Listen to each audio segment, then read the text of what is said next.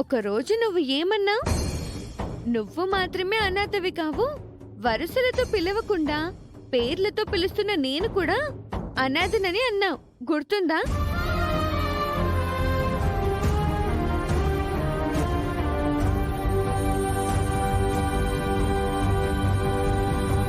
ఇప్పుడు నేను వరుసలతో పిలిచాను, నా వాళ్ళందరూ వచ్చారు, వీళ్ళందరూ నా రక్త సంబంధాలే.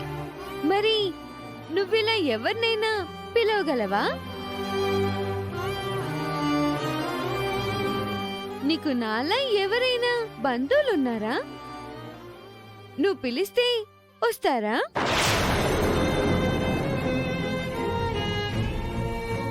అక్షయ నా దృష్టిలో అమ్మోరు తల్లి. అక్షయ్కు లోకమంతా బంధువులే, ప్రపంచమంతా తన ఇల్లే. నువ్వు ఆగు బావా, సంబంధం లేకుండా ఏదేదో మాట్లాడతావు. నువ్వు పిలిస్తే బంధువులే కాదు కదా, మీ అమ్మ నాన్నలు కూడా రారు.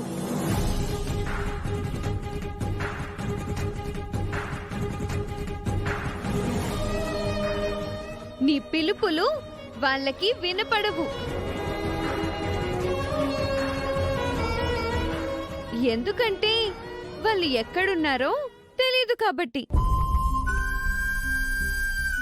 ఎవరూ లేని అనాథవి నువ్వు, అస్సలైన అనాథవి నువ్వు. చూడు, అక్షయ్కు యవని ఉంది, అనాథ ఎలా అవుతుంది? అక్షయకు ఈ శ్రీకర్ ఉన్నాడు, అనాథ ఎలా అవుతుంది?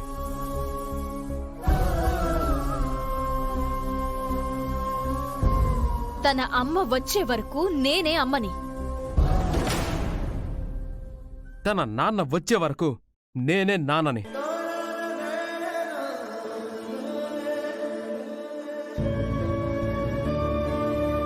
అక్షయ్కు ఎవరు లేరని, తను అనాథని ఇంకొకసారి మాట్లాడుకో. పిల్లలేదో మాట్లాడుకుంటుంటే మధ్యలో మీరెందుకు దూరుతున్నారు? తప్పులు మాట్లాడేటప్పుడు సరిచేసే బాధ్యత మాకుంది. మీరు మీ బిడ్డని గాలికి వదిలేసినట్టు అందరూ వదిలేయకూడదు కదా. దానివల్ల పరువు పోయేది మీది కాదు, ఈ కుటుంబానిది.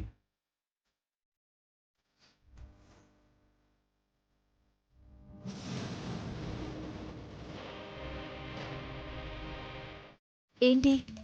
నేను మీలాంటి పద్ధతులతో మాట్లాడుతున్నాను, మీరు నాలాంటి పద్ధతులతో మాట్లాడుతున్నారు తెలియదు, కానీ ఇద్దరి మాట తీరు ఒకేలా ఉంటుంది కదా. అవునమ్మా, మనది ఏ జన్మ బంధమో గాని ఈ విధంగా కలుసుకున్నాం. మా అమ్మ ఈ క్షణం నా కళ్ళ ముందు ఇలా ఉండుంటే అచ్చం మీరు చెప్పినట్టే నాకు మాటలు చెప్పుండేదేమో.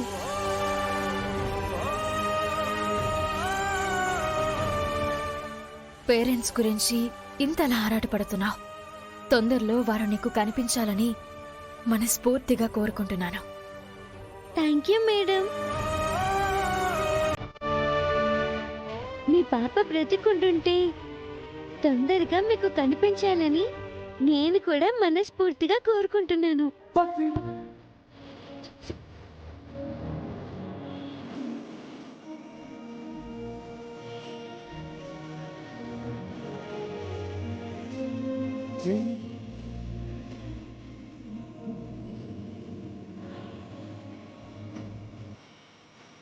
బాగున్నావా తాతయ్య?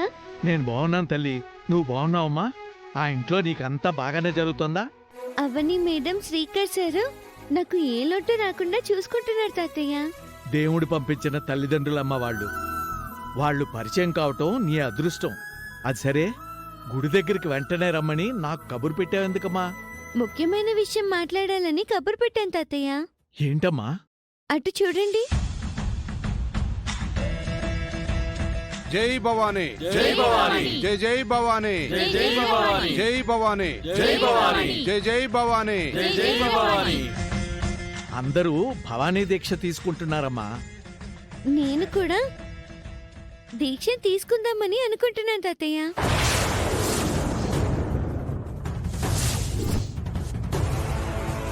నువ్వా? ఎందుకు తీసుకుందామని అనుకుంటున్నావు? నీ తల్లిదండ్రులు కనిపించాలనమ్మా. నా తల్లిదండ్రుల్ని ఆ అమ్మవారు పంపించాల్సిన సమయంలో ఖచ్చితంగా పంపిస్తుంది. వారి గురించి కాదు. మరి వేదవతి గారున్నారు కదా, అవును, ఆవిడ చనిపోతున్నట్లుగా నాకు పీడకలొచ్చింది.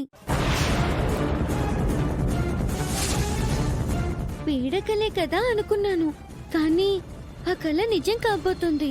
ఏంటి? అవును తాతయ్య, పెద్దావిడ ఆరోగ్య పరిస్థితి బాగోలేదు. మరికొద్ది రోజులే బతుకుతుందని డాక్టర్లు చెప్పారు. అయ్యో పాపం, ఆవిడ ఇంటికే కాదమ్మా 10 ఊళ్ళో కూడా పెద్ద దిక్కని ఆ రోజు మనం వాళ్ళ ఊరు జాతరకు వెళ్ళినప్పుడు కళ్ళారా చూసాం కదా. పెద్దావిడ నిండు నూరేళ్లు క్షేమంగా ఉండాలని మండలం రోజులు దీక్ష తీసుకోవాలని నిర్ణయించుకున్నాను. నువ్వంటే ఆవిడికి గెట్టదో, ఆవిడ కోసం నువ్వు దీక్ష తీసుకుంటున్నావా? కొన్ని సంఘటనల వల్ల ఈ రోజు ఆమెకు నేను నచ్చకపోవచ్చు. అలా అని రోజులెప్పుడూ ఒకేలా ఉండవు కదా. రేపటి రోజున నేను నచ్చొచ్చేమో. ఆవిడ ప్రాణంతో ఉంటే ఎందరో సంతోషంగా ఉంటారు. అందుకే ఆమె ఆయుష్ కోసం నేను ఈ పని చేయాలనుకుంటున్నాను. పెద్దావిడ చాలా మంచిది తాతయ్య. ఇక్కడ దీక్ష తీసుకునే వాళ్ళందరూ తమ తమ కోరికలు నెరవేరాలని తీసుకుంటారు. నువ్వు మాత్రం వేదవతి గారి గురించి తీసుకుంటున్నావు. నీ సంకల్పంలో మంచి ఉంది. నేను వెంటనే వెళ్ళి దీక్షకు కావాల్సిన ఏర్పాట్లన్నీ చేస్తాను. సరే తాతయ్య, నేను ఇక్కడే ఉంటాను. మీరు తొందరగా రండి. అలాగేనమ్మా.